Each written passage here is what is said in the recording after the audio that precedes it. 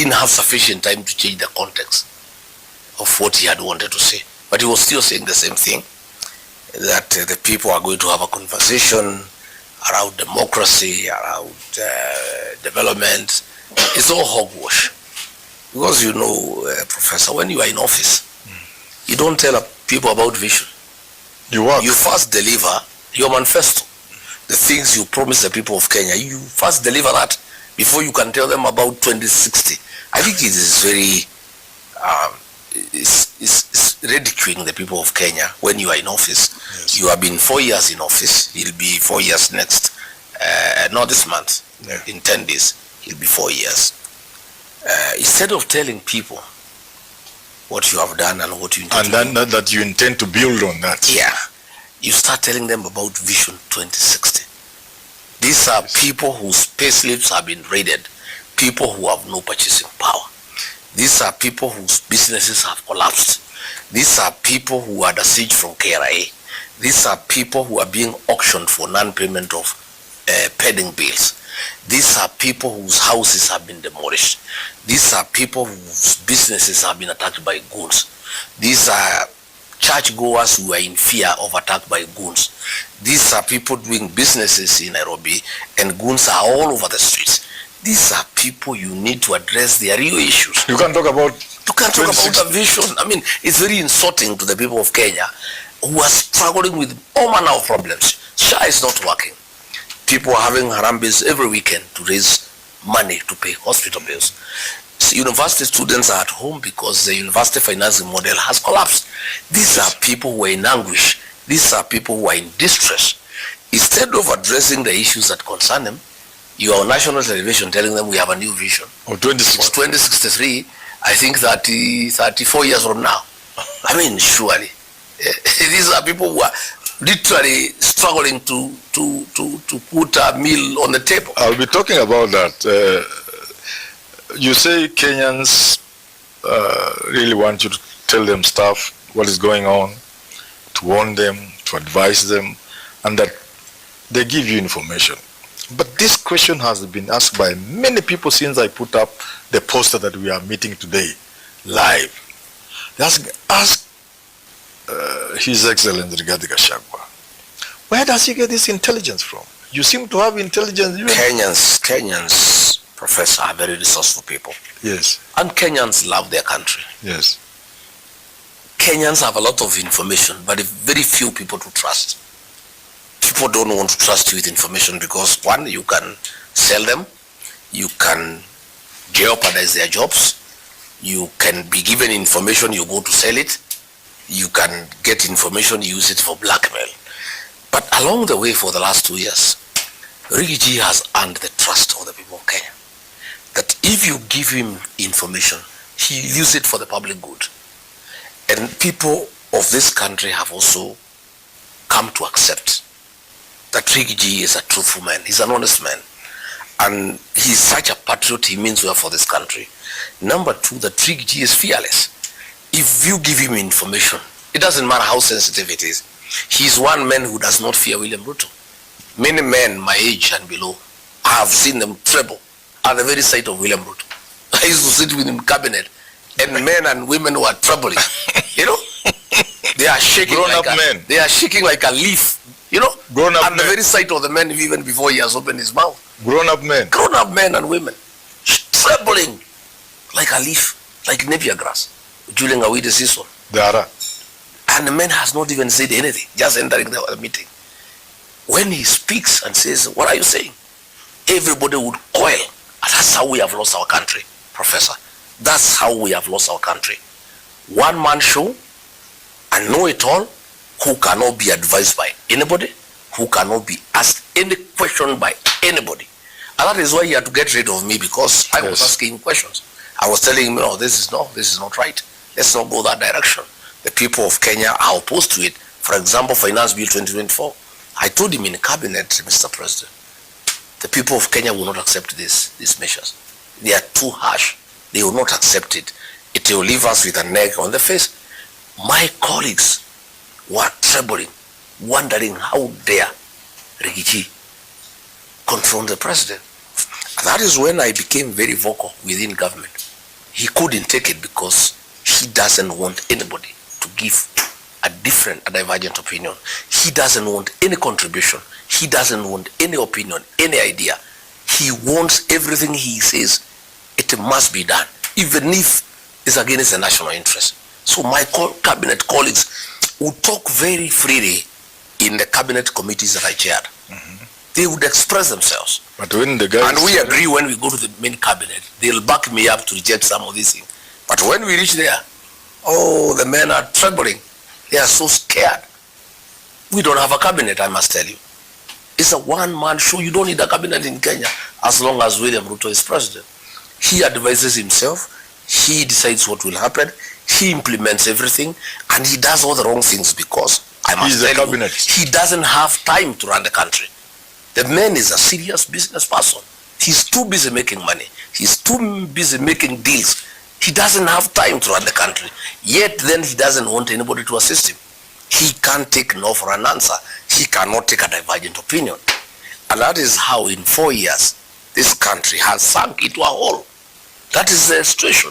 So what has happened, Professor? Kenyans of goodwill trust Rigiji that he means well for this country. And they give you information. He is a patriot. And when you give him information, he only uses it for the public good. But you know, many people are given information. And then they use it to extort money. Yes. They use it to blackmail people. Yes. But Rigiji, you tell him something. Like now we had a problem.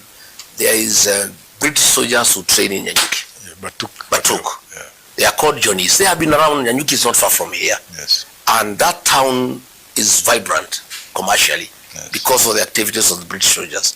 They come with a serious budget. They have employed more than 500 people, civilians, who support the activities. They have spurred the economy of Nyanyuki in terms of hospitality, in terms of transport, in terms of supplies. Yeah. So these people of William Ruto, many people around him, have decided, rightly so, that Ruto is one term. And time is going. And they have decided to make hay when the sun shines. In fact, they are using a balance that is injury time. I think it's a balance used in football. Yeah, when you have just a few minutes remaining and the whistle can blow anytime. So these guys around the president, they have decided that it's injury time. And they must make as much as they could. To an extent now that they are demanding bribes from foreigners. So these contracts between the British and Kenya government had lapsed and required renewal. The Committee on Defense and Foreign Relations, chaired by Nelson Koech, a very close ally of William Ruto. Between him and William Ruto, I'm told, they demanded 3 billion shillings from the British. And the British cannot understand why they should give a bribe. It's against their ethics and culture. They say no. So, and the Kenya government said, you go to hell. So they decided to relocate to Tanzania. But the British like here because, one, they like training with our soldiers. Again, the weather around Nyanyuki near the equator is very good. Yes. Again, the people of Kenya are very hospitable.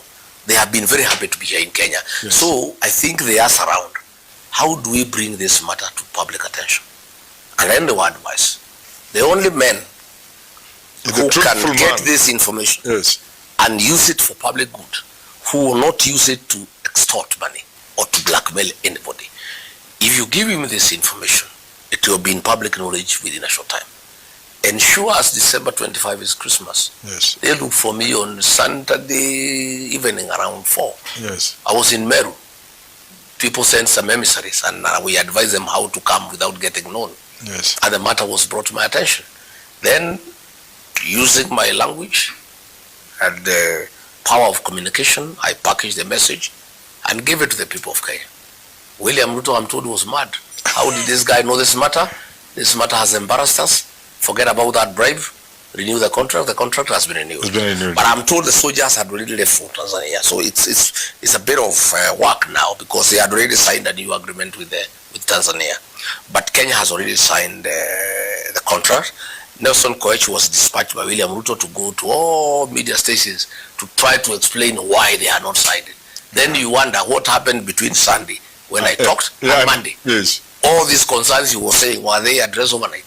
Which tells you, Rigiji was spot on. And I want to thank the informants. They gave me good information. And I've asked civil servants, I've asked police, I've asked National Intelligence Service, I have asked people working in parastatals to preserve my credibility because it's good for this country. Yes.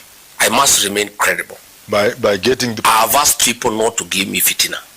Yes. To give me credible information that is verifiable, so that I retain my relevance and people can continue believing in me. So I'm also very careful. I also have a lot of information and I sometimes don't rush into it. I do a lot of cross-checking because the day I will mislead the people of Kenya, I will lose my credibility. And then there will be nobody to intervene for the people of Kenya. But you talk about information as if it is just information. When you look at this one of the British thing, well, but look at the one of yesterday. Getting that kind of information, that's not just ordinary information. No, it is not, but Rigiji is... That's very serious information. Rigiji it can only come from the highest level. It came from his office, right inside. That's what I'm saying. Right is that inside, not worrying? Right inside State House. Is that not worrying? Right inside State House. People are very dissatisfied. For the record, yes, officers of the Presidential Escort Unit have not been paid their allowances for the last 4 months. And that is dangerous for the president and the country. You cannot afford people guarding the president of the country when they are lamenting like other Kenyans. Yes. You know, when they are dissatisfied. There is a lot of dissatisfaction around the president. Officers who guard him are complaining. In fact, some were telling me, when you are deputy president, you used to intervene for us. We used to get our allowances on time. People who work in the president's presidential delivery service, they are complaining. They have no vehicles. They have no allowances.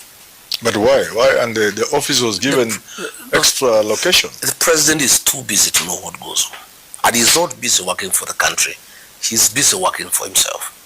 Again, of course, understandably so, the president has panicked.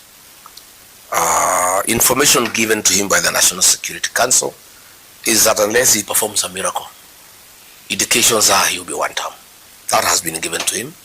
He has done polls, scientific opinion polls with reputable international firms, and he is 17-18%. And as a sitting president, it cannot get better, it can only get worse. So we have a president who has panicked, who is fearful of being removed as president in one term, and therefore he is making very irrational decisions. And again, he is being held hostage by all manner of characters who purport that they can help him. And because he's desperate, he allows people to do crazy things. Like now, what happened when I was attacked at Witima ACK Church in January. A member of parliament from this area and his wife had wanted me assassinated, thinking that if I am killed, William Ruto's problem in the mountain will be over. The problem would have multiplied 100 times if I was assassinated. But he has lost control. In Olkalau, he ordered that woman from Ranga to leave Olkalau. She refused. And there is nothing he can do. He is held hostage by a few members of parliament, a few cabinet secretaries who control the security sector, the fake deputy president. They hold him hostage. The man doesn't know what to do. In fact, I'm told this thing of yesterday, the Vision 2016, he was not for it. So when it backfired, he was up in arms. So he is a man who is desperate for a second term, is a man who has lost control. Nothing is working in the country. He is also too busy looking for money to sustain his campaign, to an extent that the country is gliding to a halt. You know, that's the situation we are in. You have said something about opinion polls from inside, from intelligence and so forth, and indications you say are that he's losing. And for that reason, he has panicked. I just want to pick your mind on this issue of losing elections. What is your view, or what in your view should one do? Here you are a president seeking a second term, and it looks like you will not make it. What would Rigiji do? Nothing. You know, it has happened in Botswana. Yeah, it has happened in Malawi, in Ghana. This one-time thing now is a real thing in Africa. What would Rigiji do if your boys on the ground tell you, I'm there, here to Wezi? Ordinarily, William Ruto was a good man. Yes. He would give up and just let it go. What would Rigiji do? if I was in his position, Yes. of course I will never be in such a position. If you give me the presidency, I will not lose it. Yes. You know, I was asking William Ruto before we parted, I asked him, Mr. President, doesn't it bother you that 2 years after being elected, you are the darling of the Kenyan people? People loved you, they believed in you. They are all shouting, you must go home. Doesn't it bother you? You said, no, elections are far away, my friend. You know, you don't have to do what is popular, you do what is right. I ask you, if the majority of the people who gave you the job, your employers are saying what you are doing is not right, Yes. how do you insist it is right? I asked him that question. And you both are that you are losing popularity every day. Because we started losing popularity when I was with him. Yes. After 1 year, because one of lies, you know, cheating people. You go and commission a road that has no budget. And you know, before you reach Nairobi, the excavators and the lorries have followed you to Nairobi. And people started getting very irritated. And I told him, boss, we are losing it. We are promising too much that is not doable. Was that a strategy? Yeah, I say, according to him, it was a good strategy. But I advised him, because it was my job, a constitutional duty to advise him, that we are losing it. Then we went to taxation, the housing levy, the finance bill, and I sat him down several times. I was a very good deputy, I must tell you. Very obedient, who cared for his boss, for the government, and for the country. And I sat him down, I said, boss, there is too much grumbling, and there is too much dissatisfaction, and it's becoming agitation, and it's not good for us, for the country. Yes. Let's sit down and look back and see, where did the rain begin to beat us? Please, let us call ourselves a small meeting and find out how we started losing. He couldn't listen. So when I insisted so much that we must listen to Kenyans, that we must agree to listen to them, yes, and take action on what they are saying, he became very, very agitated with me, and he started hating me, and he stopped talking to me, he stopped listening to me. By the time we were getting to the Gen Z protests, we were not on talking terms, because I was telling him, boss, we are losing it. So when a decision was made to abduct these young people and kill them, I told him, no, I oppose that decision. I was the only one in the meeting in the National Security Council. Everybody else could not talk, they fear. I was the only man bold enough to say, no, I am a parent, I am a father, I am a Christian, I also know the Constitution. These young people, the Gen Zs, have a point. Let's listen to them. I don't think abducting them and killing them will solve any problem, it will make it worse. And of course, he couldn't take it.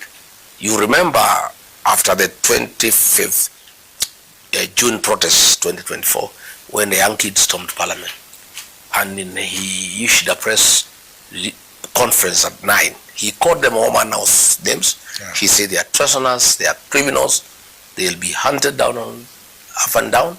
The following day, against all known protocols, at the risk of looking insubordinating, yes, I called a press conference and said, I don't agree with the president. These are not criminals, these are our sons and daughters. And I think they have a point, they need to be listened to.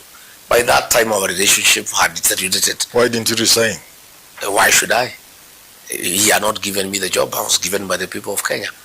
You see, if I was a vice president who is appointed and you disagree with your boss. If he's messing the job and no. But he's the one. He did not give me the job. I was given the job by the people of Kenya. Okay. The people of Kenya didn't have a problem with me. They wanted somebody who can speak for them. And I think the framers of the 2010 Constitution were right. Mm-hmm. You needed a deputy president who is elected, who can offer some oversight within government. And protected by the law. And protected by the law. And he could not take advice. How long do you think it would have taken to sack you if it had been under the old constitution? No, he would have sacked me from the first day. He did just helping to win. He was just using me to win. He's a user. You would not have finished a year? No, I don't think so. He had a problem with me from day one. Because one, he hates the truth. Yes. Number two, he doesn't want anybody around him who has an opinion. He doesn't want anybody around him who thinks. He wants robots and data heads, people who just say yes sir, and who cannot ask any question, who cannot give any contribution. Yes. He was happy for me to help him to become president. But he wanted a Gachagua who is running it. for the purposes of getting elected. Elections. But he didn't want a Rigathi Gachagua who is a deputy president. He wanted a Kithure Kindiki who is a deputy president. Rigathi Gachagua who is running mate. You remember Kithure Kindiki wanted to be running mate. Yes, and he said no. Yes. He knew the guy could not deliver the votes. Yes. So he needed a Rigathi Gachagua. But then when he will want then he decided now, let me have what I wanted from day one. A deputy president. A Kithure Kindiki who is a deputy president. Yes. A guy who would never say no. A guy who will say yes sir. A guy who will not question anything. Yes. A guy who is not people oriented. A guy who doesn't care for the people of Kenya. He's just looking after his own job and his own stomach and pleasing his boss. I was made from very different metal. And looking in hindsight, I don't think I should have really taken that job as a running mate. Well, looking back, I think I didn't understand this guy well. I only understood him when he got power. I think he was too good an actor before he got power. He was a very good pretender. Do you think Nani is surviving? Who? Before we come around to finishing this issue, people are really asking me to ask you. Who? Kindiki, will he survive? He'll survive, but he'll be a very unhappy man because Ruto is through with him. A running will he be kept to 2027? He cannot impeach him because it will resonate very badly with him. He will look to be a very terrible person. Not impeaching, I'm saying in terms of will he be his running mate next year? I don't think so. A running mate, Professor. Yes. Let's be very practical about politics. Yes.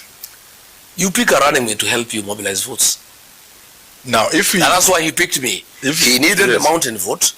He needed a guy who is a serious mobilizer. And that was you. Who is believable, who can persuade people to vote in a certain direction. That's how he picked me. Kindiki. When I look at this mountain, yes, this mountain is through with William Ruto. Completely. He cannot get too far. So are you saying even if you were to remove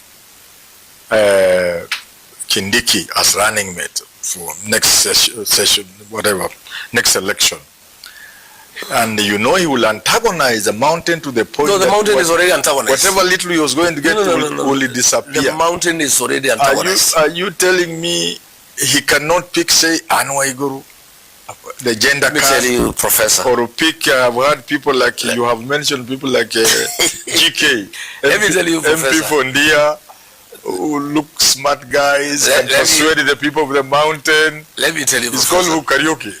I'm an expert in this mountain. So there's karaoke, there's Anwaiguru, there's Mwangi Kiwinjuri. Are you saying this people cannot help you? Let me tell you, Professor. Yes. I know this mountain. I was able to help William Ruto to become president because I understood this mountain. And I guided him and he was listening. And immediately after winning, you told me. Yes, I was listening. Yes. And I guided him. I'll tell him, let non-Kikuyus not abuse Uhuru Kenyatta. The Kikuyus don't want one of their own to be abused by outsiders. Yes. And he would restrain Oscar Sudi, he would restrain Murkomen and himself. Yes. He would leave us to deal with Uhuru Kenyatta. Yes. He would listen that time. When we disagreed, and I told him, you are the first president in the world to destabilize his own government. Why do you want to destabilize your own government?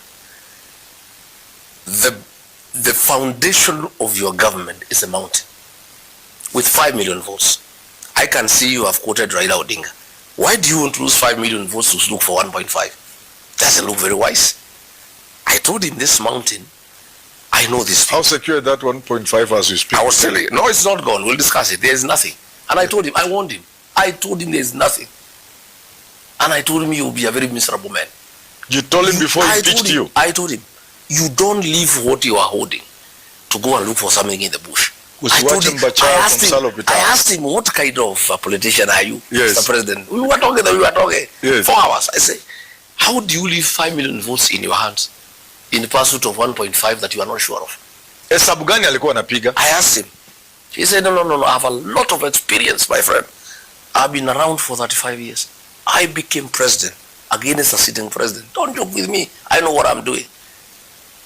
You have no experience yourself. You are just a one-time member of parliament. You know nothing. I told him, Mr. President, I agree. I know nothing about this country. You know much more than I do. But in matters mountain, I know more than you do. You know nothing. Because you are not one of us. You believe you are one of us because we gave you votes. You are not one of us. You don't understand this mountain. I told him, The mountain hates betrayal. The sin of betrayal is not forgiven in the mountain. Once it has taken place, it has no remedy. Because of what they went through. It has no remedy. It's because of the freedom struggle. Yes. But the British were really hard on the Kikuyu nation. But the British would have been dealt with within a year. But it became impossible to deal with them because of betrayers. From the inside. The collaborators from inside. Because they are the ones who knew the valleys and the caves and who is who. So the Kikuyu nation was really brutalized by the British settlers because of betrayers. And the people of the mountain hated betrayal. It has never left them. It's part of their DNA. And I told William Ruto, my friend, you yourself, William Ruto, you are a beneficiary of the mountain's distaste for betrayal. Mm-hmm. These mountain people don't like you. They don't even trust you. But the fact that they think you are betrayed by Uhuru Kenyatta, and since they hate betrayal, they'll punish Uhuru Kenyatta and make you president. Not because they like you, not because they believe in you, but because they hate betrayal. And they don't like injustice. And they don't like somebody being mistreated for whatever it is worth. So these Kikuyus, these Meru, these Embus, decided to make you president to tell Uhuru Kenyatta, no, betrayal is unacceptable among our people. Now, so I told him, yes, if they punished Uhuru Kenyatta their own for betraying the son of another who is not their own, now if you betray their own and you are not one of them, how will they will punish you 10 times. I told him the way we are talking. He said, no, I'll take the consequences. He told you he will take the consequences. I said, I'll take the consequences. I said, my friend, I know these people. Don't destabilize your government. Don't destabilize your government. If you think I'm asking too many questions, just be patient the way Uhuru Kenyatta was patient with you for 10 years. For another 3 years, then you can change me and bring somebody else. But if you betray the mountain, you will not have peace for the remainder of your presidency. And this mountain will make you one term. He said, don't threaten me. That is blackmail. I said, it's not. I'm just being a truthful deputy. I'm your person. We were elected together. It has been said. I wanted us. It has been rumored. Just like you get information, we also get a bit. That you are a bit disrespectful to the president. You even shouted. At times you banged the table. How true is that? Well, when two men of similar age are arguing, it's normal for people to lose their temper. He was very abusive. Yes. If he abuses me, I answer back. In any case, he was elected, I was elected. We were elected, both of us. And my vote made him president. It's a vote he should have respected. And I was not being rude to him. I was just being truthful. Telling him, look here, hey, we were elected by Kenyans. They are losing faith in us. We'll be in trouble in another 3 years. Please, let's listen to them. Let's not kill children. Let's not abduct children. Let's not have extrajudicial killings. We promise people will not do demolitions and evictions. We are doing it. Please, let's not do it. We are overtaxing people. We need to let people have business. He couldn't take it. So I advised him, but he had been advised by some other people. Today, I'm sure he regrets. He was told, among the mountain people, crown ikitoka kwa kichwa ni mabati. These people of the mountain don't respect the person. They respect the position. Once he is removed as deputy president, he will not even be invited in funeral committees. That is what he was told. He was told like that? Yeah, and he believed it because he doesn't know No, he doesn't know our people. Yes. And when I was removed and there were no demonstrations, he confirmed. He thought it is true because ordinarily the other communities would have been in the streets. Yes. But the mountain people are very different. When they are angry, they keep quiet. If they are too angry, they sing. They sing. They sing. That's what happened. They were in shock. Yes. But a man they trusted, they made him president. He made a commitment he would never humiliate his deputy. He has not only humiliated him, but removed him from office. Yet this man was the custodian of their interest in the government. And he has removed him. They were so shocked. It took like a week for them to internalize what had happened. Then the second week, they started getting angry. The third, fourth week, they started singing. The fifth week, they started saying Ruto must go in bars. The sixth week, songs started coming up. The anger kept on building, the anger kept on building. Then, he added insult to injury. He started now sending goons to attack me in church. He started sending goons to attack me in meetings. The people got even more angrier because he was doing what the British were doing. Not just persecuting a community, but being physical. The British were very physical against the Kikuyu nation. And they hate physical. If there is something that is very demeaning to the Mount Kenya people, is when you go physical against them. Because it's total act of humiliation. It reminds them. It reminds them that very bad past. of the British struggle. And you know, like now the old people in Olkalau, the old people, 80, 90, they were bribed, they could not listen. Because they were here during the fight for independence. They know betrayal. They know persecution. Talking of betrayal, Mheshimiwa, there are those who say Rigathi Gachagua has understood his community so well in matters of betrayal. He's now using that card to demonize other Mount Kenya leaders. Yeah. So that we have Moses Kuria, Kimani Ichung'wah, and the smaller ones like Wamombi and the rest. Let me tell and you. now you are using that card of betrayal. Not Professor. And you have tried to I try to talk to those people. You are painting them as if they are devils. I try to talk to them as an elder. Yes. That you don't betray your people. They cannot take betrayal. Yes. During the colonial times, the collaborator was hated more than the British settler. That if a Mau Mau freedom fighter had one remaining bullet in his chamber, one, and he met a white soldier and a home guard, he would shoot the home guard. The Gati. The Gati. Gati is home guard. Yes. It's Gati now in Kikuyu. Yes. You know, you shoot the home guard. You shoot the home guard. The home guard was more hated because he was one of their own. Then why are you making leaders from your community who may not agree with you, why are you making them that hated? It's not me. It is them who have betrayed their people. When William Ruto abuses the community and says they are tribalists and traitors from the community are clapping, what do people feel? When Aden Duale says the Kikuyu nation are hyenas, and these people who are with Ruto say nothing, what do you think the community feels? I'm actually having a crisis myself. In fact, I've had two crises in matters politics since I went to politics. Yes. When I was being removed from office, William Ruto offered me all sorts of inducements to resign. And many of my friends and allies thought I should resign in honor so that I get my dignity and my perks. And others thought I should allow them to impeach me. It was a very difficult decision for me. Yes. It was very agonizing. I'm having a similar problem. I want everybody from the community to come back home to the DCP. But the community is saying no. The community is saying no, we don't want traitors. Anybody who removed from office, we don't want. Anybody who passed Finance Bill 2024, we don't want.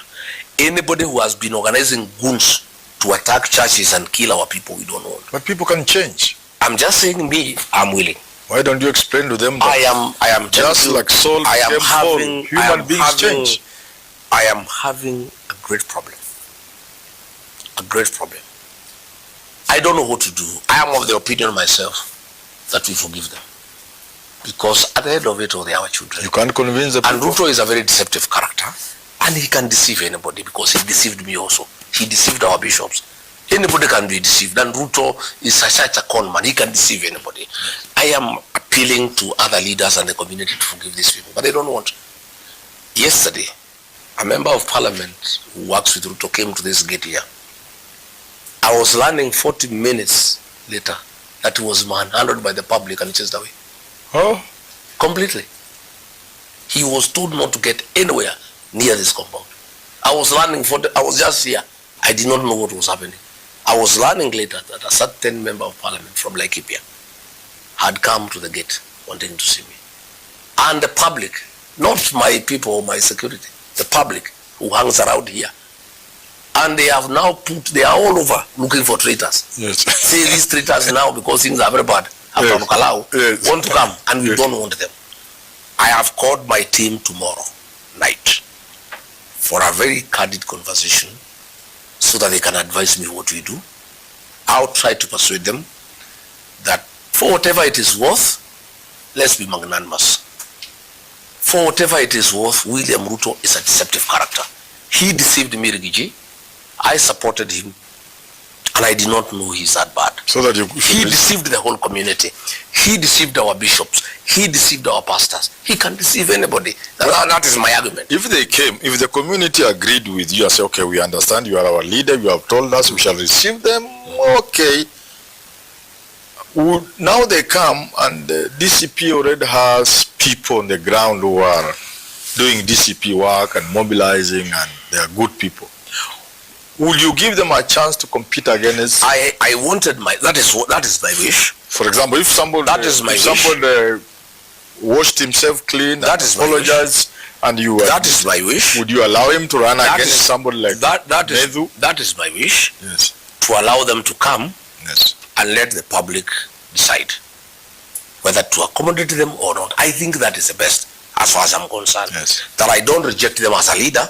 I allow the public to reject them. The public is telling me, we don't want these people. And I'm telling the public, then why don't we allow you an opportunity during the nominations to pronounce yourself? They say, no, we don't want these people in our party. These are traitors. These are very bad people. They will contaminate our region and our politics. We don't want to see them in our meetings. They are traitors. They have betrayed our community. They have embarrassed this community. They have allowed William Ruto to humiliate the community. They have allowed Aden Twale to call us hyenas. You know, they have allowed Kipchumba Murkomen to send goons and police to kill our children, to attack our churches, especially the attack on the Church of Christ. It's very painful to the people of this region, because basically 99% of the people here are very serious Christians, and they really, really respect the church. And the discreting of the altar, where goons and police stormed the church and attacked Christians, is a very painful thing to this community, to a point that they are feeling that anybody associated with Ruto should not go anywhere near them. But I'm trying to persuade them and say, look here, good people, this William Ruto is a master in deception and lies and conman. Understand these people. Yeah, please, even me, your leader, he conned me. Understand and forgive them. He conned me myself. All our bishops were praying for him and singing for him. He conned our bishops. He conned our reverends. Even these characters, these MPs, please, they are also victims of deception. Yes. Let's give them a chance to redeem themselves. The public is saying, no, these people have caused us in the interest of time, let's talk about Olkalau briefly. Olkalau was big. I should say extremely big. What magic did you play? Nothing, no magic. And what lessons do you think this country can learn from Olkalau? No magic in Olkalau. I did not even step there. Yes. I knew the outcome. But it can't be 87%, sure. No, I knew. You've been in this country. It would have been higher if William Ruto had not sent Gachagua, police. Mheshimiwa, you have been in this country, you have witnessed elections. Even at a time, people thought you were with Uhuru Kenyatta in 2002. When we thought Kibaki was going to get 100%, he never managed 70. He got 67 or 66. This is a different election. So, for you to get 87, that's not Yes, normal. I'll explain to you why. Yeah, please go.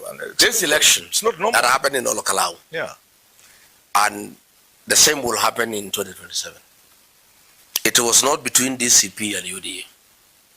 It was not between Same, Kamau, Ngotho, and Mushina. It was a contest between the dignity of the community versus William Ruto. That is how serious it was. The dignity of Who framed it like that? the people. Since William Ruto deceived the mountaineers, Yes. people have been very bitter and angry.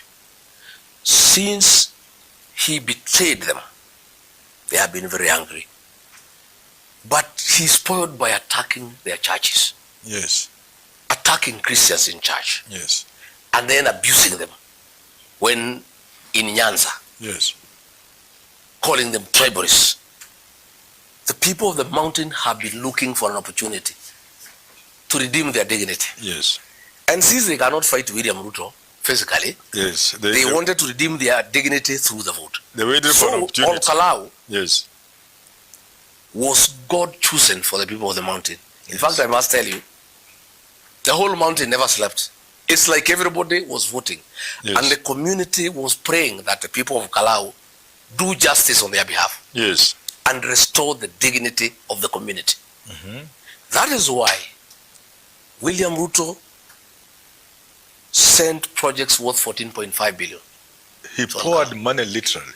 4 projects worth 14.5 billion. There was a train, 2 boats, transformers, water tanks, water pipes, grading of roads, tarmacking of roads, mattresses, blankets, giving gas cylinder to every household, giving even shoes, and there was 1.5 billion shillings in cash.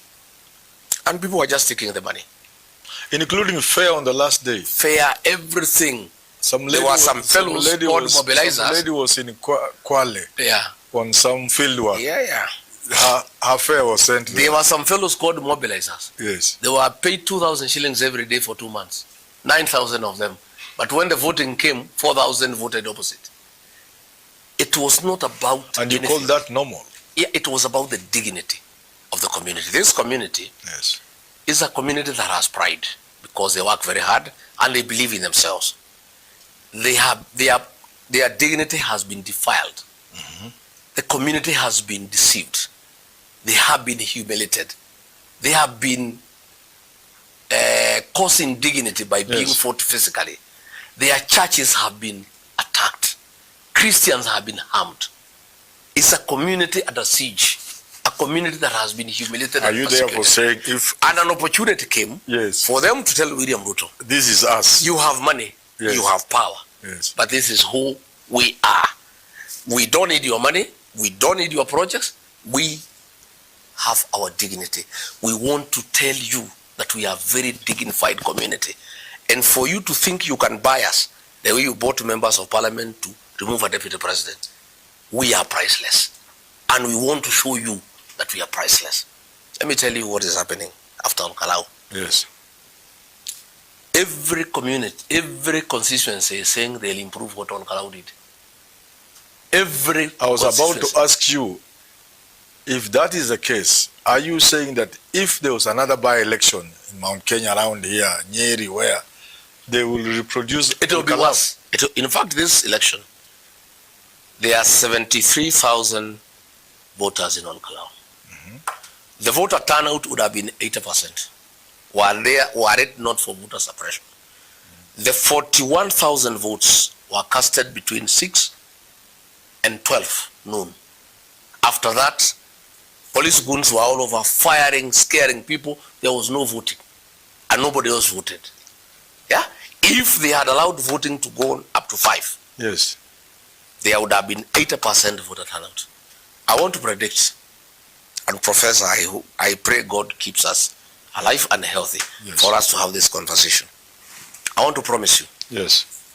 I want to promise you. 2027. Next year. 10th of August. The mountain people will wake up at 3. By 5, the queues will be 1 kilometer long. By 12 o'clock, they will have voted 95% voter turnout. And then everybody will retreat to protect the vote. I've had CS in charge of Buddhism and state and the coordination of state terror saying that Kenyans should not protect their votes. That is the work of the police. They will protect because the police are the ones attacking people. When police attack people, what do you expect them to do? The police are supposed to protect life and property. In Kalau, people are not attacked by ordinary goons. They were attacked by police goons, armed to the teeth with AK-47 assault rifle, M16 automatic American rifles, and they rained terror on the people of Kalau. But the people of Kalau said no. They blocked. So you say next year the people protect 95%. What do you tell those who fear that Ruto may borrow a leaf from Samia Hassan of Tanzania and Museveni of Uganda? What they did during the election? Kenya is not Tanzania. Kenya is a democratic country, and Kenyans are very resilient people. You can't push them for that long. The people of Olokala, there were 2,000 policemen there. They say no. The police vehicles were being frisked and searched by members of the public. I saw. Yeah, it is that serious. And you know, Professor, yes, what gives me comfort, and I am telling my people not to yes. worry, there will be no goons to interfere with the elections, because every goon will be in his constituency, yes, protecting whoever pays them. So you cannot have goons concentrated in one area. Yes. Number two, police cannot be a problem, because they are not even enough. You need 2 policemen per polling station. There are 50,000 police stations. So you are saying Ruto can... He has no capacity to interfere with the election. But the people who carry their day. People are asking me here, they are sending in questions on Twitter, and one of them, you don't know, the Anigakuna, W3P, whatever that is, at Anigakuna. What does he think about the rumors of a handshake with the president? And another one, Eric Crop, 9851, these young people at Eric Crop, 9851. Can he still work with Ruto, either before or after 2027? Well, all dreams are valid. Yes. I appreciate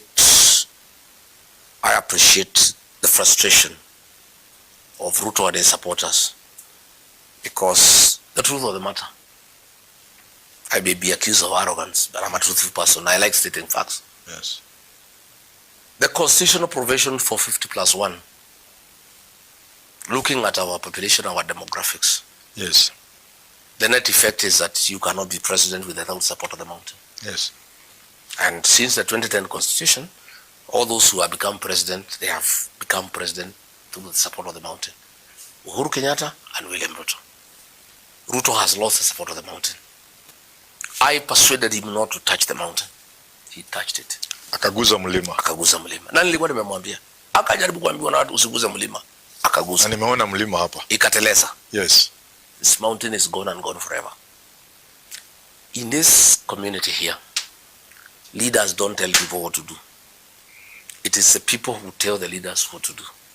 If today I shook hands with William Ruto, yes, that's the end of my political career. The people will not follow you. They are not. You follow the people. Ask President Uhuru Kenyatta.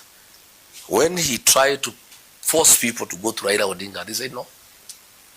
And I followed the people that time. I listened to the people. I followed them. So there have been very strong rumors, including your colleagues going to State House. Let them go. Those who can go to State House and pick some money, yes, let them go. But let them not share it with us, because it is tainted money with the Gen Z blood. I don't want Ruto's money. Yeah. Has Ruto approached you ever since? He has not himself, but many people talk to me, whether on their own volition or whether they have been sent, I don't know. But my answer is straightforward. Yes. I didn't leave William Ruto. He chased me away. Okay? It's not me who abandoned him. And even bishops told me to apologize to him, although I've done nothing wrong. Against my conscience, my bishops forced me to apologize to him. And they wanted to see whether he's really a Christian. And I had done nothing. I said, Mr. President, if I've wronged you, please forgive me. Yes. He did it. So I did not go away from him. He's the one who chased me away. So the issue of me going to him does not even arise. He didn't need me. He was through with me because he had ODM. Okay? And he was arrogant. That time, Professor, that guy was arrogant. When I was talking to him there on the loan of State House, he was saying with ODM, I don't need anybody. I'm okay. You mountain people, don't blackmail me. Whom do you think you are? He was asking me. Whom do you think you are? With Raila's 6.8 million and my 7.2, I don't need anybody. He was arrogant, that man. And he was saying, I'm president. I have money. I have the system. I have ODM. Rigiji, whom do you think you are? With your people. Go to hell. He was telling me. I said, okay. Fair enough. Fair enough. But I told him, you are a builder. I told him, you are a builder. I see you building a lot. But you are not behaving like a builder. I told him. Because, I like using idioms. Yes. And figurative language. Because he was not understanding. I said, Mr. President, let me, because I'm a student of literature, give you an example I think you can understand. Yes. What you are trying to do and what you shouldn't do and what you are doing. I said, you are a builder, I see you building a lot. When you build a house, Mr. President, Yes. along the way you get more money, you need to expand it. Or you find the design was not good, you need to change here and there. Knock here a bit and You do. I saw you can change the roof and get a new roof. You can knock the windows to give you more light. yes. You can change the ceiling and do gypsum. Yes. If it was wooden floor, you can change and put ceramic tiles. Yes. You can do the wardrobes. You can change the toilets and the doors. That you can do. Yes. But you don't touch the foundation. You can't touch the foundation. Unless you are through with your house. Yes. And you don't want it completely. I told you, Mr. President, the foundation of your government is a mountain. Don't touch. Unless you are through. And you don't want your government anymore. And you don't want to come back as president. My own words, I told him, the two of us. I said, don't touch the foundation of your government. Just the way you don't touch the foundation of a house. If you touch the foundation, you have lost the house. It has come to pass. He told you no. He was arrogant. Oh, what are you telling me? Where? Who got experience again? He was arrogant. Oh. Even today as we speak, President Ruto displays No, it's a show. confidence. It's a show, but in the meetings, he's like a chicken that is rained on. Yes. The man is worried, he is scared. One time is real. You saw him yesterday. He was shaken because I had pulled the rug under his feet. He wanted to come and cheat the people of Is Kenya. there anything in the speech he moved? Yeah, he could not even answer questions from the press because he wanted to come and cheat the people of Kenya that he has Vision 2060 or blah, blah, blah. I don't know what, a lot of nonsense. And I said, don't cheat the people of Kenya. You told them you have Hustler versus Dynasty. You don't talk about it anymore. People realized it was a con. You wanted to mobilize the poor against the rich in your support. Yes. You came and said you have bottom-up economic transformation. It has collapsed. You said you have Hustler Fund. You gave people 500 shillings to start business. It has collapsed. You came around, you said you lift people from the bottom of the pyramid to up. You have lifted nobody. You don't talk about Mama Boga anymore. You don't talk about Boda Boda anymore. Then when it But he's collapsed, coming up with a vision. when it a came new up, vision, then you 2030. you came about Singapore. Yes. Kenyans called you, told you off. They told you it's a lie. Now, after all that has failed, you want to come and call Kenya about Vision 2060. So I called him out. I say the people of Kenya, don't listen to this man. It is deception. Let's be a little more. Let him deal with the real issues affecting the people of Kenya. Let's be a little, just for a minute, a little very serious about this Vision 2060 the president talked about yesterday. He says we have built the foundation of our democracy. In short, to say we are doing well with our democracy and we can now do with the development. What is your take on this, this dichotomy? These people seem to say, let's focus on development, let's ignore politics, and Kwame Nkrumah told us, seek ye first the political kingdom. I think the president... What is your take on the two? I think the President William Ruto, yes, for having conned Kenyans and getting elected as president through fraud, because it was fraudulent. Yes. You know, when you cheat people, you can do this and that, and you have no capacity of doing it. And because Kenyans, in his view, are foolish, he still believes they are that foolish, that he can come and say that our democracy has succeeded. Where? When you have abducted young children for speaking out, yes, that is not democracy. When you have carried out extrajudicial killings, that is not democracy. yes, When you have captured parliament and the Senate, yes, that is not democracy. He has killed all institutions of governance and oversight institutions. yes, When meetings of the opposition are disrupted by goods and police, there is no democracy in this country. In fact, if there is one area William Ruto has failed, it's in matters democracy. How can he say that we have succeeded in democracy and we need to do some other things? That is where we are performing very badly. The man is a very serious dictator, and I'm shocked. The other day, Oburu Odinga, who for many years with his late brother, the Right Honorable Raila Odinga, yes, the father of democracy in this country, shocked Kenyans the other day when he was saying that Ruto need to be a benevolent dictator. A dictator is a dictator, whether benevolent or not. So what he was saying yesterday is just trying to deceive the people of Kenya once more. yes. But the good news is that Kenyans can see through him. By the way, his trust deficit is so high.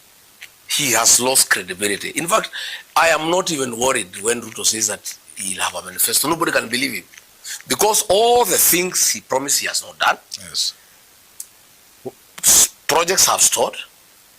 He has gone ahead to destroy what he found working. Allow me to ask a question as you can, just so that you may continue. What if, between now and next elections, Ruto fulfills, this is a question I've been asking for a long time. What if he fulfills some of the promises? What will the opposition do? What if he does the Rironi Mau Summit Road? What if he uses this, what he called it what? There will be that conversation that they are launching on 12th. I think it's Wednesday the other week. What if he used that conclave, if we use Raila's name, Professor? How about if he used that to come up with relief for Kenyans? It's no, like knock down housing, say no, it's not possible. We don't want housing levy. Well, sure, we shall manage. Nothing can work. Will you be left? He is on his last budget. Will you be left hanging? It is not possible, Professor. Yes. He is on his last budget. Yes. It's not possible to do anything in the remaining one. No, I'm saying no, but supposing he did. It's not supposed to. Because you seem to be banking so much. It cannot happen, Professor. You seem to be banking so much on Ruto not fulfilling. It cannot. Supposing he does. It cannot. Can he revive the Gen Zs he killed? Oh no, that is a little different, of course. He cannot revive the Gen Zs. Yes. Can he heal the wounds of those who are abducted and tortured? No, of course not. You can seek for the issues. Let me tell you, Professor, the issue is not even the hardware. Yes. It's the software. The social interventions. Can he fix the health system? He discarded a system that was working called NHIF that required some little calibration with some little money to make it work. He removed it to fund corruption. He brought SHA so that they can steal 104 billion shillings. SHA is not working. Kenyans want social things. Education. Free primary education of Mwai Kibaki. He's not able to fund it. There's no money. Free day secondary. Supposing he now says from today onwards. The budget has already been approved. The money is not there. Remember, where the money come from? Only a few days ago, the president has said that university education is going to be free. But that is just saying, Professor. That is just saying. Where is the money in the budget to support that? Supposing he can get some money. It's just another lie. You know this guy, Mr. 6 months. He like postponing solutions, even when they are not feasible. Even this thing he said that university education will be free. It will be funded by what? We have the budgetary estimates for education. Yes. It is not provided. Where will the money come from? So what we are saying is this: the issue of the dignity of the payslip. He raided the payslip because of useless things like the housing program. Kenyans don't need government to build them houses. Kenyans want government to give services. Water, electricity, roads, drainage, improve the economy, sewage, security, and improve the economy. They'll build their own houses. Mwai Kibaki, the greatest president of our time, never did a housing program. But he did most houses than any other government that has happened. What did he do? He opened up the bypasses, put roads, water, electricity, sewage, drainage. The houses came up on their own through the private sector. In any case, this housing program, Professor, President has killed contractors, people who used to do houses for a living. Now they are doing it. They are doing nothing. It's being done by government. It's being done by government. And these houses, people are paying for them, and they are using government land. Yeah? And people have paid taxes. Then they are sold to other people. So, if he stopped taxing people, you would give a relief to the payslip. And these are the things we are ourselves giving and undertaking to the people of Kenya. That will stop this housing nonsense. So there are things you'll do. And Ruto has been saying you have no agenda. In fact, Matayo Abdul is telling me, ask Honorable Gachagua to tell Kenyans on your podcast, what else can he do for Kenyans apart from talking about Ruto from Monday to Monday? What we can do for Kenya is first removing Ruto because he is Kenya's problem. I mean, with the fact that he is Kenya's problem. So what we can do for Kenya first and foremost, before we can do anything else, is deal with the problem. Once we do away with the problem, the problem is we restore the dignity of the payslip. We do away with the housing levy. We do away with unnecessary taxation. Then we do away with unnecessary spending. where you are spending 17 billion shillings in State Yes. House to bribe voters. Yes. You know, that is the money that we shall use for development. Yes. We restore security in the country. We do away with the goonism. Yes. We make the National Police Service professional Yes. to provide security for the Kenyan people. We go back to factory settings on free primary education that Yes. was given by Mwai Kibaki. We go back to Leader Mama. So there are things you can do. Yeah, those are things we'll do. But we cannot do those things without removing William Ruto because he's a problem. That is why But he's in our order to focus. remove William Ruto, Atinyeke Olwendo is asking, can he support Kalonzo Sifuna as presidential candidate in Yes. the next election? Yes, I can. I have made it very clear that we, in the united opposition, Yes. are very clear in our mind that Ruto needs to go Yes. to save this country Yes. because he is the greatest existential threat Yes. to this republic. For him to go, Yes. the formula that is sure bet Uh-huh. is one single presidential candidate. I have committed that I'll support a single presidential candidate. I have offered myself as that person who should carry the flag. Yes. But I have said, if it is not me, if we talk among our colleagues and we agree on a formula, and for whatever reason it does not favor me, I am willing, unconditionally, Yes. to support whoever. Kalonzo Musyoka, Edwin Sifuna, Eugene Wamalwa, Fred Matiang'i, Martha Karua, whoever we agree on, I am hopeful it will be me. In case it is not me, I'm open. Somebody, I'm so open Yeah. that I will support whoever it many is. people asked me to ask you that ask Rigiji, he's worked so hard. In the group, he's visibly the most hardworking. How then does he consolidate all these votes from the mountain and then deliver them to another person? I can because, Professor, Yes. It is disturbing something. I have admitted before the people Because of there are Kenya. many people. No, I no, can't even I give have their names. admitted to the Yes. people of Kenya Yes. that to a great extent I'm responsible Yes. for the mess that is in this country. Because against the advice of President Uhuru Kenyatta, Yes. I supported William Ruto to become president. Yes. Many Kenyans did not want him. Northeastern rejected him. Yes. Western rejected him. Nyanza rejected him. Nairobi rejected him. Eastern rejected him. It is the mountain Kenya people and I Yes. and the church who supported William Ruto to be president. So we must also take responsibility Yes. that we are responsible to a great extent of messing up this country. Because had we listened to Uhuru Kenyatta that this man is not good for the country and supported somebody else, probably the country will not be the mess it is in. So what I have decided, and that is why I work so hard, and it's good for me to explain to the people of Kenya, Yes. just like I bear the greatest responsibility Yes. of creating the mess the country is in, I equally bear an even greater responsibility to sort out the mess. On behalf of Kenya, I am that patriotic. I am working so hard to make sure that I correct the mess that I created. And I have persuaded the mountain people that themselves and I are Yes. responsible for the mess in the country. Yes. And we have agreed with the mountain that in case it is not me, the mountain will support to a man whoever we agree, so that we correct the mess we created for this country. We have a responsibility. We owe it to the people of Kenya. And as the leader of the mountain, I am leading from the front to do everything possible. Professor, today I have done 7 meetings. Yesterday I did 9 meetings. Tomorrow I'll do 2 big public rallies. I'll go to another meeting. I don't sleep because, Professor, Yes. I have guilt.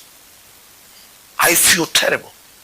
But I regard Gachagua, a political scientist, could have made such a great mistake not to see through William Ruto. He deceived me. I didn't see through it. I feel terrible that a guy who is so experienced in politics, in fixing politics, Yes. was duped like ordinary Kenyans to support a man thinking that he's an angel, thinking that he can sort out the mess in this Yes. country.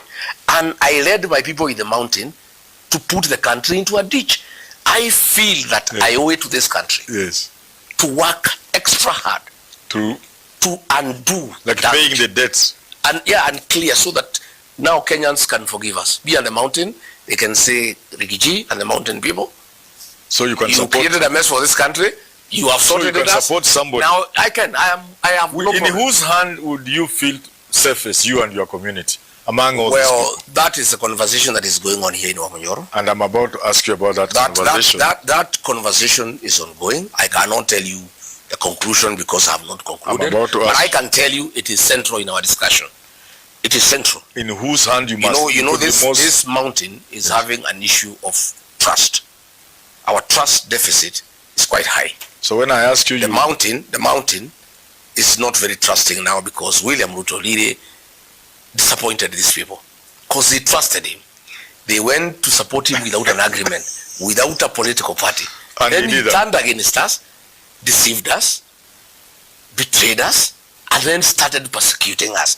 So the community is very worried and is very apprehensive in trusting anybody who And is not from therefore, here. you'll give some leakage. So the discussion that is Yes. going on, Yes. Rikiji, we feel safe in your hands. Please lead us. But in case it is not possible for you to lead us for William Ruto to go home, if the formula to make sure Ruto goes Thank home you. Just a means it's moment. somebody else, Thank you. let's be careful. With 1 hour and about 16 minutes into this live broadcast, we have about 6,000 of you following live. That is huge, and we thank you very much for being part of this live broadcast. Those numbers, Mheshimiwa, I think you've done many shows for live events like this. Those are huge numbers. It means many people, because some come in and get out, and we are really grateful to our viewers, and the courtesy of you, we also thank you very much. Now, before I press you harder on that issue, Mark Ocheng, these guys, these young people, at Mark Ocheng 7523, Professor, please ask Rigji, with due respect, why is he always talking about Mount Kenya, yet he claims to be a national leader? I'm talking about Mount Kenya because Yes. Mount Kenya and I Yes, are responsible for the mess that is in the country. yes, That is why Mount Kenya is very important because yes, it has put the country into a ditch. yes, And Mount Kenya has to undo that damage. yes, So we have to talk about it yes, because it bears the greatest responsibility for the mess the country is in. That is why it is so central. I was just telling you before yeah. you asked that question. Yes, yes, yes. There is the issue of the trust deficit. Yes, yes, yes. The mountain is very jittery. This route of betrayal is very painful to the mountain, Yes, followed by persecution of the community, attack of churches, attack of leaders by armed goons wounded, persecution of the community, destruction of businesses, sacking of their sons and daughters from KRI and the police and the military. It is very heavy on the community. is that true really? It is true. It is true. So there is the issue of the trust deficit, but they are also realistic enough that we cannot make it alone. Yeah. We must work with other Kenyans, and therefore, in the event that we need to back somebody else, Yes, the discussion is going on. Where do they feel safe? Yeah, yes. yeah, That's the that question. discussion is going on. It's going on. It's going on. It's a serious. How many it's, days it's an ago? issue. There were 45. I added 45 today, but I've added 10 days because I was away. Any 2 tentative days. report?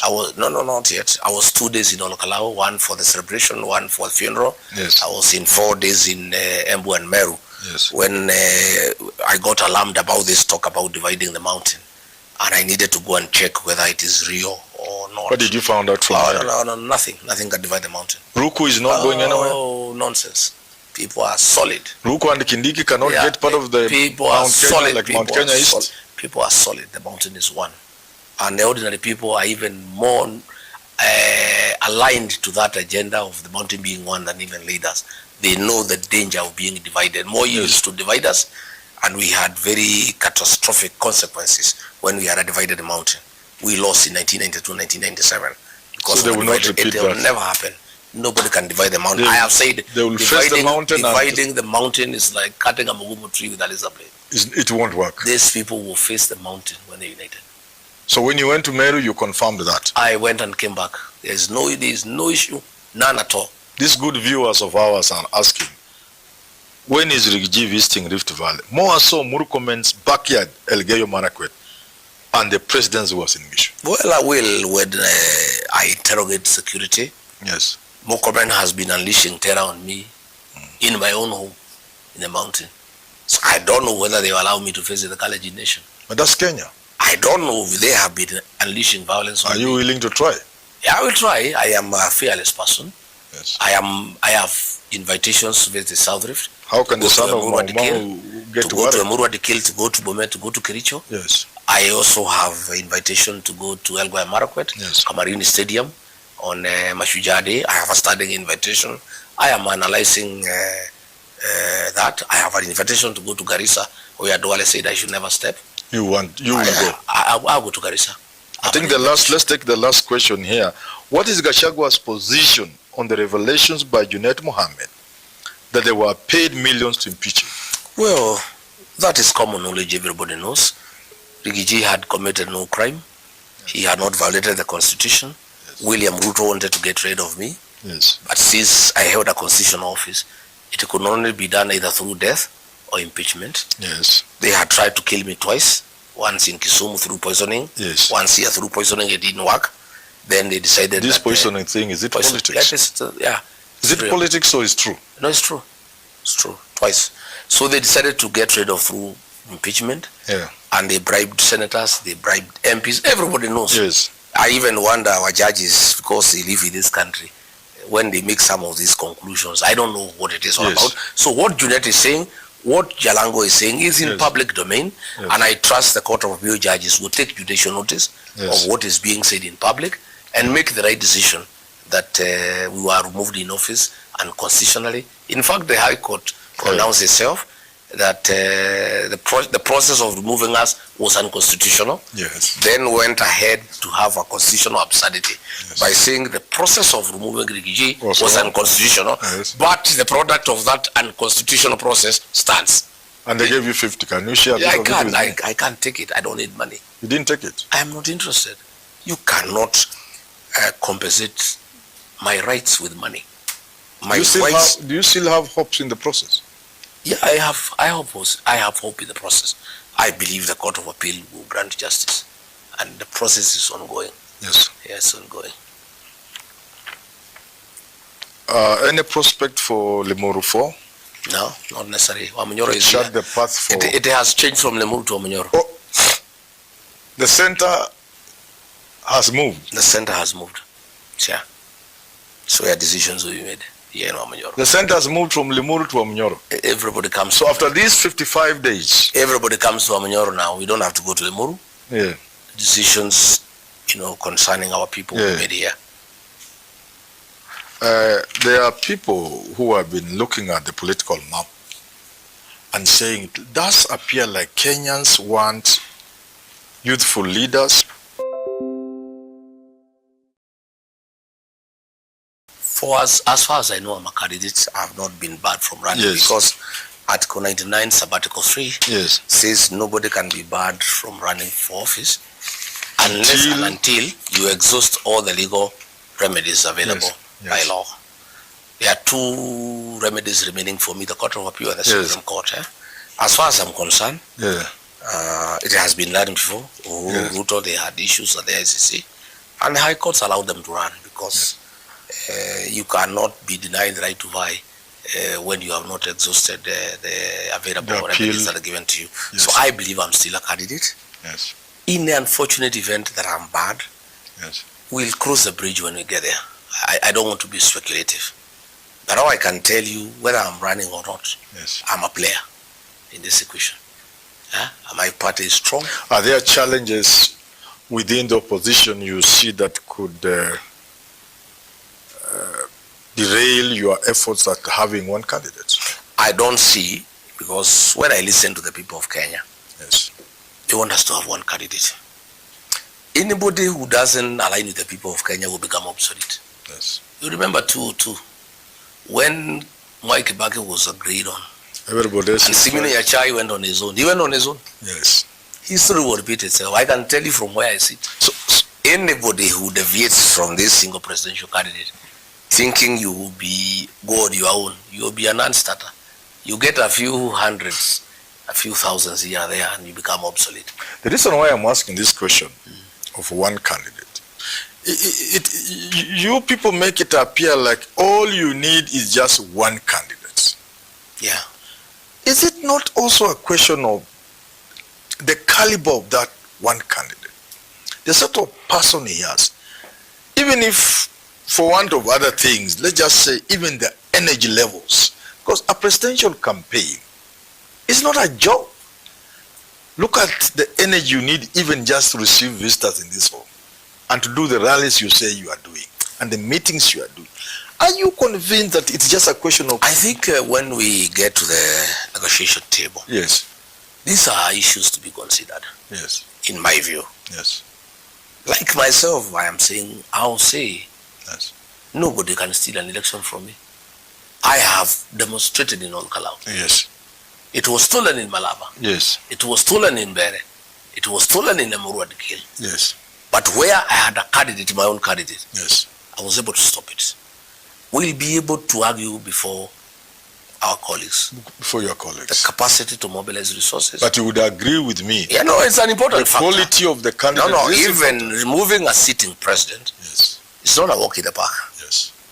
That is why we are calling on everybody to put in hard work. Yes. Everybody must put hard work. There is no shortcut to hard work. There must be. And there is no replacement for effort. And that is why on my end, I am putting a lot of effort. Yes. I'm working hard. And I want to say I'm pleased that Kenyans have noted I work hard. Yes. Because I can see on online. Yes. Kenyans are saying, Rigi works hard. Yes. And you want everybody to work hard. So I'm happy that Kenyans acknowledge my commitment Yes. to this struggle, to liberate this country. My commitment, my ability, my capacity. I work hard, I work like a young man. I'm 62 years. Oh. But even my young guys, sometimes they ask me to slow down, we go for a break. Yeah. I say there's no break. Let's continue. This moving Ruto is a non-stop 24/7. So You it is. cannot go on break because if you falter a little, the guy will come back. Yes. And my concern and my worry, Yes. and I've told my supporters, if you look the extent to which this guy is going, Yes. the level of impunity, when he needs votes, Yes. what if he comes back and he doesn't need votes? He'll kill all of us. Yes. At least now he's a little bit hesitant Yes. to harm us. If he went for a second term, he'll harm us. If he is attacking churches when he wants votes, a man who wants votes, Professor, is and attacking the attacking Church of churches. Christ. Yes. What if he doesn't need votes? What will happen to this country? If a man who needs votes has unleashed goons to terrorize Kenyans, what if he doesn't need votes? 5 years. If a man who needs votes is selling public assets without caring, what if he comes back and doesn't need votes? If a man who needs votes is getting on top of a vehicle and abusing communities, what if he doesn't need votes? This man will be a terror. There will be no country. And therefore, He'll take everything from everybody. view that he He'll must be take our stopped. land and our women. he must be stopped. He must be stopped. Because when you look at the level of impunity, Yes. the man is a daredevil. Yes. How does a man who needs votes rain terror on Christians inside church? And he doesn't care. He sends people inside church to attack them and he needs votes. A man who needs votes sends askaris and policemen to beat voters in a by-election and he needs votes next year. A man who needs votes is getting everything stolen. Does that speak to his courage and That- confidence or lack of No, proper it's whom understanding? he is. Is a guy is whom he is. He is not able to restrain himself. His appetite for public land is insatiable. He is not able to restrain himself even when he needs votes. His appetite for sale of public funds is insatiable. He is not able to restrain himself even when he needs votes. The brutal man he is, Yes. he's not able to restrain himself, that he is sending police and goons to attack Christian inside church when he needs votes. The brutal man he is sending policemen to rain terror on women and everybody during an election, during the day without caring. Yes. Because he is brutal internally. He's not able to hide the viciousness. That's him. That's a character in him. And he's not able to suppress it. It's only that he was able to, why as deputy president he concealed is because he didn't have power. If he had power, he would not have been able to conceal. With the power that he has, he controls the instruments of violence. Yes. He controls the public resources. He's not able to camouflage whom he is as a person. But then you can imagine, I think he's trying to a certain extent. What if he got elected? But people are also and he doesn't need but people are also saying this regime man is tough. Tough in terms of? Tough like you are domineering. No. I'm just responding to situations. Like in the mountain here, if you don't... I am just responding to situations. If you don't recognize Rigji, no, it's not Rigji. You don't survive. It's not Rigji. Yes. It's the unity of the mountain. You know, the mountain, for us to be relevant, for us to be part of the national conversation, yes, our relevance is based on our unity. Talking about relevance. And our numbers. So if you allow yes, William Ruto and his cronies yes, to divide the mountain, this mountain becomes useless. Nobody will even talk to us. Our vote is only useful when it is one. If it is divided into Mount Kenya East and West, it's useless. That is why, on behalf of the community, as a custodian of the community, yes, I fight with my life to preserve that unity. For the community. And it's not community. It has nothing to do with me. It has nothing to do with me. I don't have any position, Professor. I don't have a salary. I just work for the community. The community must also really, so to speak, get something out of this arrangement. For example, in the event you are not... oh yeah, absolutely. And they don't have a... Absolutely. When that thing Ruto was fighting, is why I don't know, shares, Nini. Yes. Politics is about interest. You have no regrets about the shares? Oh, nothing whatsoever. It's the way governments are formed. If for whatever reason I'm not running and we have to support somebody else, yes, what is there for us? There must be something. Oh yeah, absolutely. Don't just give votes just like that. Let me pick one thing.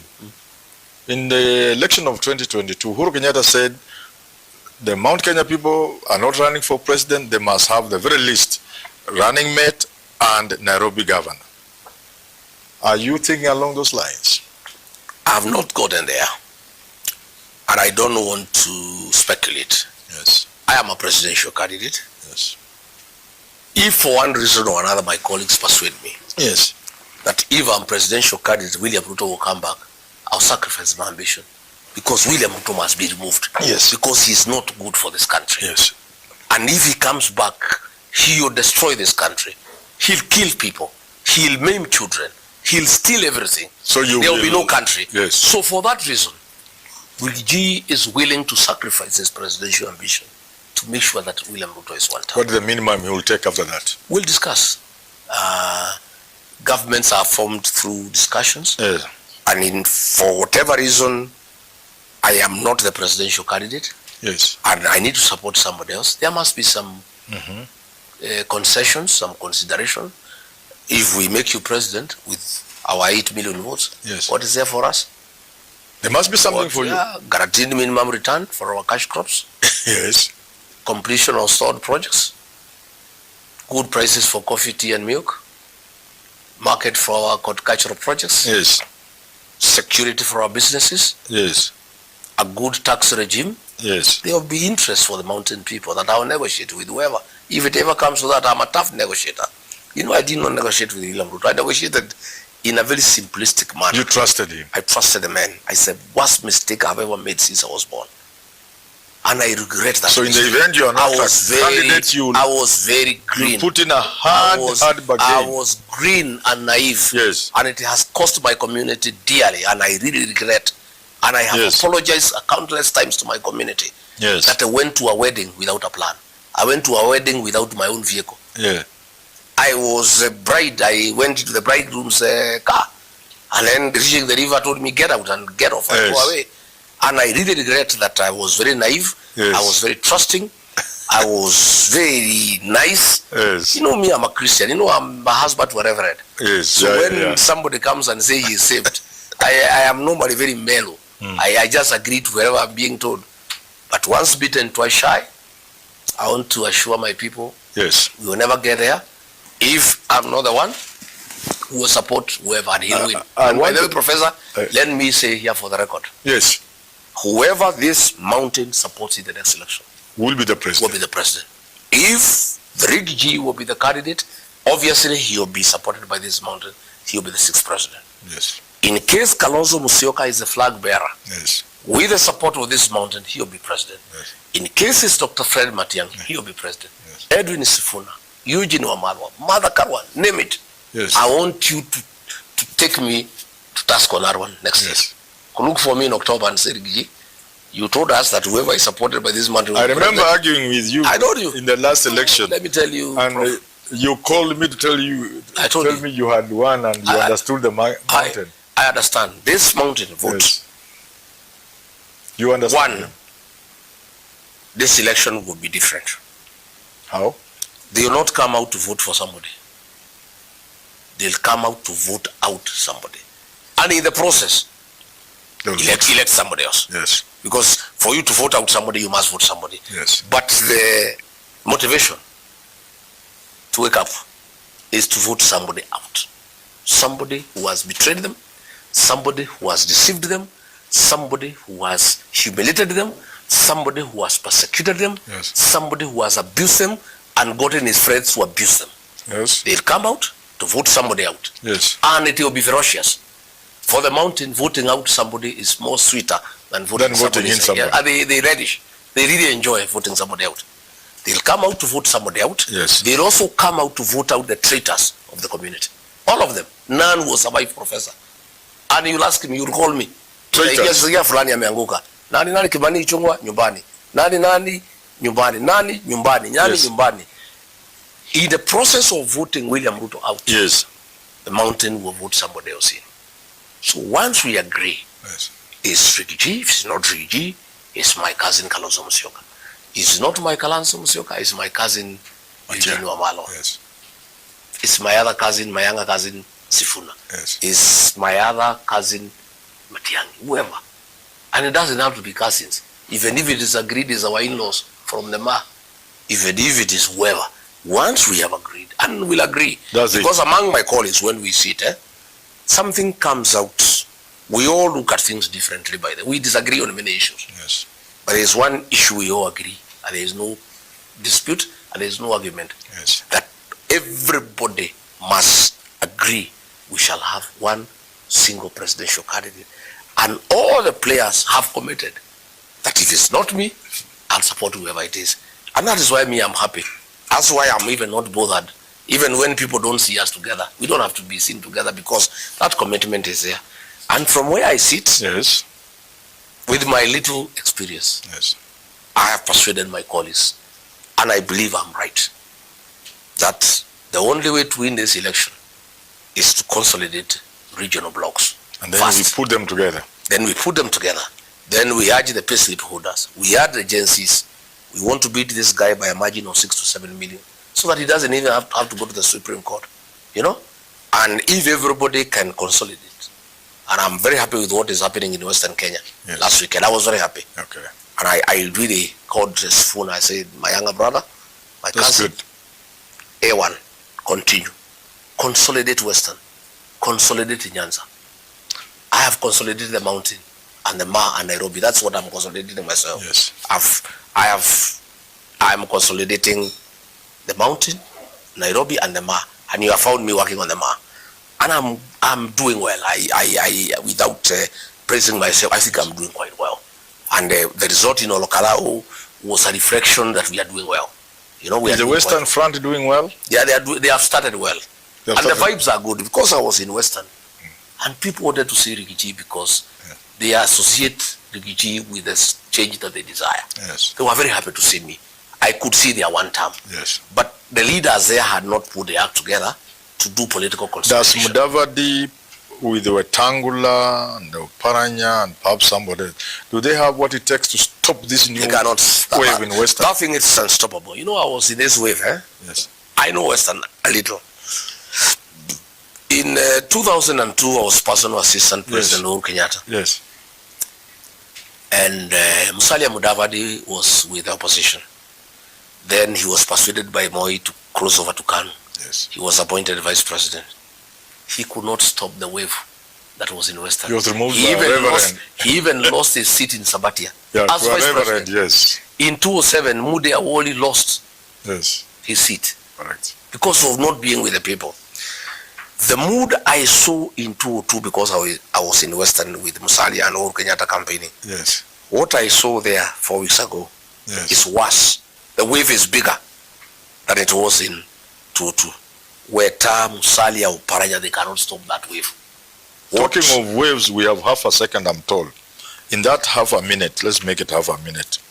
Do you see your team creating the equivalent of the 2002 wave that brought Kibaki to power, sweeping Moi and the wave in 2027 will be 3 times the wave in 2002.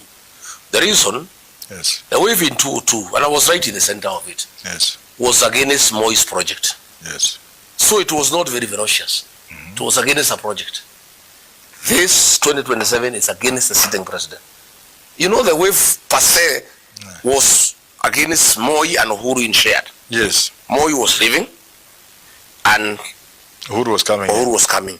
And was stopping Moi's project because he thought Uhuru would continue with what Moi was doing. Yes. This one they want to stop Ruto himself. That if he comes back, the wave is going to be bigger. 3 times bigger. I can tell you we'll beat with them Ruto. And we can bet between 6 to 7 million. What percent do you give Ruto as we wind up? When he has done the best. He's at 17. Yes. It cannot get better. It can only go down. And of course, Olkalau. Why we are celebrating Olkalau? Yes. They're asking, why are these guys celebrating Olkalau? Yes. 4 things. 1, William Ruto's dirty money means nothing in our politics next year. We are very happy and we are celebrating because we were fearing that his money could be a problem. Yeah. What happened in Olkalau tells us his dirty money means nothing. Number 2, why we are celebrating is that you cannot deceive people with development projects. You cannot deceive them. These people they are beyond deception. Yes. You cannot come and start a road there, do some empowerment program, give people gas cylinders, and you think you can persuade them. That is nothing. Yes. Number 3, and most important, is that the voter turnout in the mountain.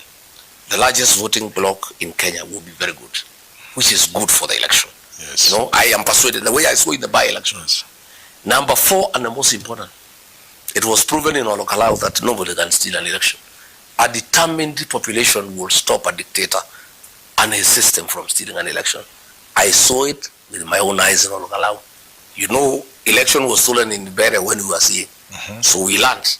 And I'm telling people, I was celebrating the loss of Bere with my people. Yes. Had we not lost in Bere, we would not have learned. Probably William Ruto would have surprised us in the general election. Yes. But we saw the way they stole in Bere. With those lessons, we now organize ourselves.